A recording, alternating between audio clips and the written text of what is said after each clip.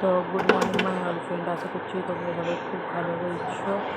তো সকালবেলা দেখো সকালটা আমার শুরু হয়ে গেছে, চুলগুলো আজকে একদম ফ্রেশ।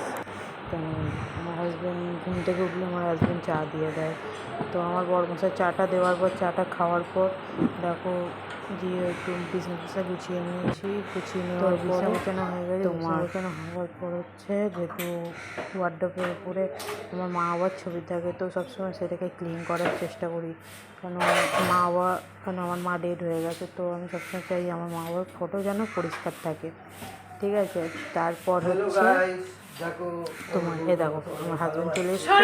হাজব্যান্ড ওই করে আসবে, যখনই কাজ করবে তখনই ব্যাগরামো দেবে, আর এই চুমু খাবে, এই করবে, মানে ওই ফাজলামো করবে আমার সাথে। আর এই জিনিসগুলোই না আমার খুব ভালো লাগে। তারপর কী করবো, এই ড্রেসিং টেবিল যা যা ছিল ঘরের মধ্যে পুষলাম, দেখো ঘুরঘুর আমার পেছনে সব সময় আমার পেছনে ঘুরঘুর করতে থাকে। তারপর হচ্ছে দেখো জামা প্যান্ট গুছিয়ে নিলাম। গুছিয়ে নিয়ে তো যেহেতু জামা কাপড় গোছানো হয়ে গেছে, দেখো ঘরটার ঝাড় দিয়ে নিচ্ছি। ঘরটার ঝাড় দেওয়া হয়ে গেলে তো যেহেতু আমার কালকে দেওরের হবু বউ এসেছিলো, তো চিলি চিকেন বানানো ছিল, তো সেইটাই রাখা হয়েছিল। তো সেইটুকুনি গরম করছিলো আমার হাজব্যান্ড। তো আমার ক্যামেরা করছে দেখে পালিয়ে এসে দেখো আমার মেয়েরাও খেলা করছে, ওরাও খেলা করছে। তো ওই খেলা করছে সবাই মিলে।